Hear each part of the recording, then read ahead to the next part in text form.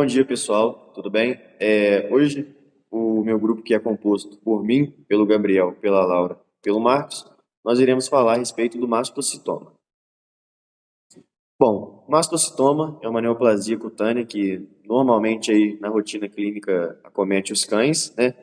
E ela é causada por mutações genéticas, inflamações crônicas, causas idiopáticas e também tem algumas raças que são predisponentes, né? Como Boxers, Bostons, Terriers, Bulldogs, Sharpeis, Labradores, Goldens. E o mastocitoma é um tipo de tumor que ele é ocasionado pela proliferação anormal e descontrolada dos mastócitos, né, que são capazes aí de liberar fatores inflamatórios, como a histamina. Consequentemente, aí eles podem ser confundidos inicialmente com processos inflamatórios, alérgicos e até um edema. Existe também a forma visceral do mastocitoma, que é nomeada como mastocitoma sistêmico. Normalmente ela antecede uma lesão de pele cutânea primária. E tendo em vista isso, as alterações que são predominantemente notadas são linfadenopatia, esplenomegalia e hepatomegalia.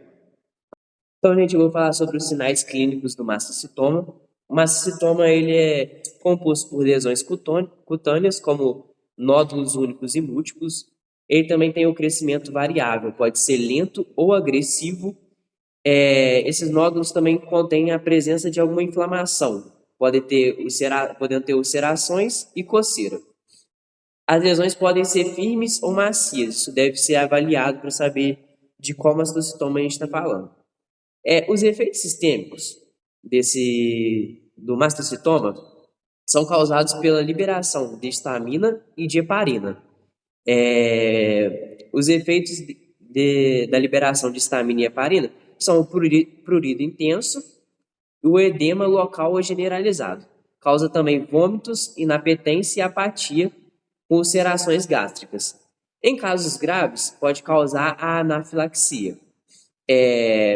Nos efeitos sistêmicos também a gente tem a resposta inflamatória devido à liberação da histamina e da heparina e outras substâncias. Aqui a gente tem dois exemplos, um de lesões cutâneas do mastocitoma e uma de lesões ulcerativas, que é uma lesão mais aberta.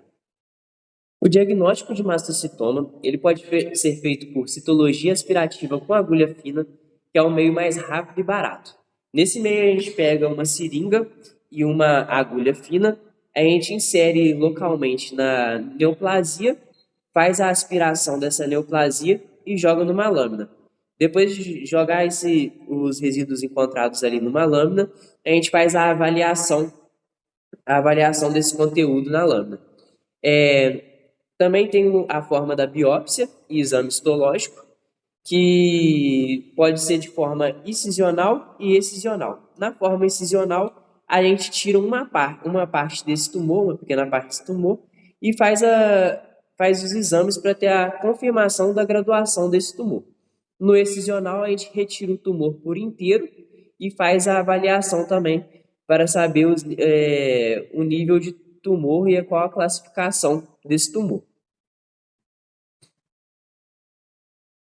Temos os métodos complementares, como o imunohistoquímico, a coloração de Agnot. Também temos os exames por imagem para investigar se não há nenhuma metástase nessa neoplasia, a punção de linfonodos regionais, e a combinação desses métodos é essencial para determinar o grau do tumor e orientar o tratamento.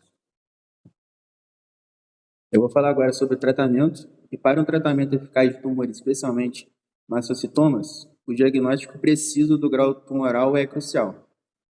Além do exame histopatológico, o imunohistoquímico oferece vantagens no identificar marcadores como proteína Ki67 e a expressão do oncogene c-KIT, auxiliando na escolha da terapia. Mastocitomas grau 1 e 2 podem ser tratados por reseção cirúrgica, mas devido à possibilidade de recidivas, a quimioterapia é uma aliada importante, pois todo mastocitoma é considerado potencialmente maligno.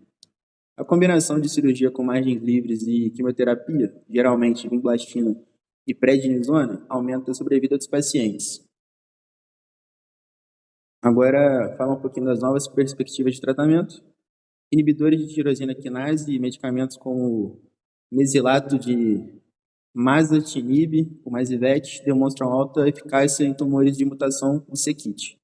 Ao inibir a forma mutada desse oncogene, ele diminui a proliferação e aumenta a sobrevida do mastócito neoplásico.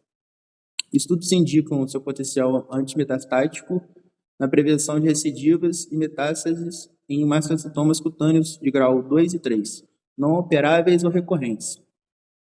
Embora não disponível no Brasil, pode ser importado.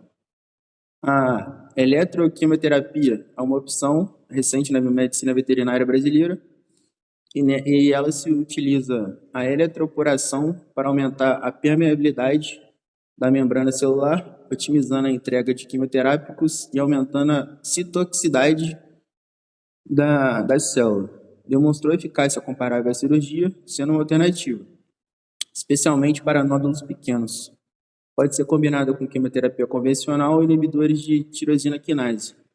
Em casos de mutação genética, resultando em grande controle local da doença, a redução da progressão, metástases e recidivas, e aumentando a expectativa de vida, principalmente em tumores de alta malignidade, grau 3 ou alta mitose.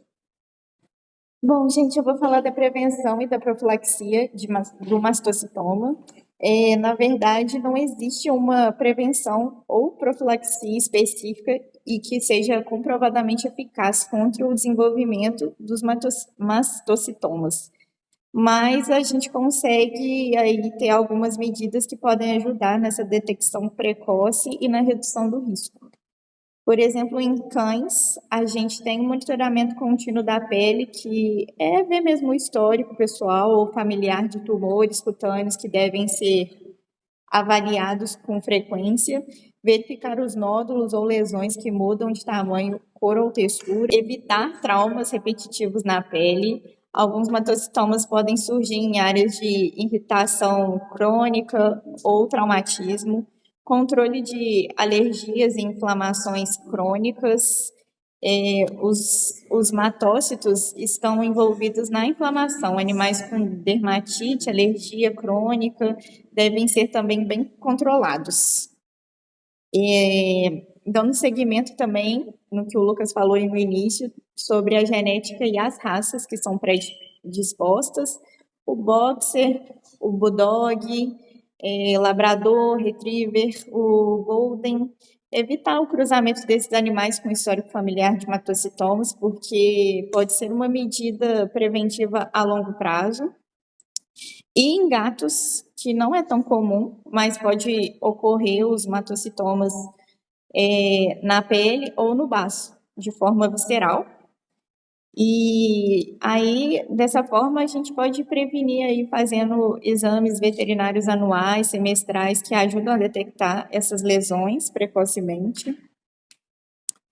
Atenção aí nos nódulos, nos nódulos cutâneos e nos sinais sistêmicos, porque pode causar perda de peso, apatia, vômito. Em gatos idosos, qualquer sinal sistêmico deve ser investigado. E também, sempre que houver essas lesões, fazer uma biópsia para o diagnóstico e o estadiamento. Não há vacinas mesmo, suplementos que previnam ou medicamento. A melhor profilaxia é o diagnóstico precoce e a remoção cirúrgica adequada com margens limpas.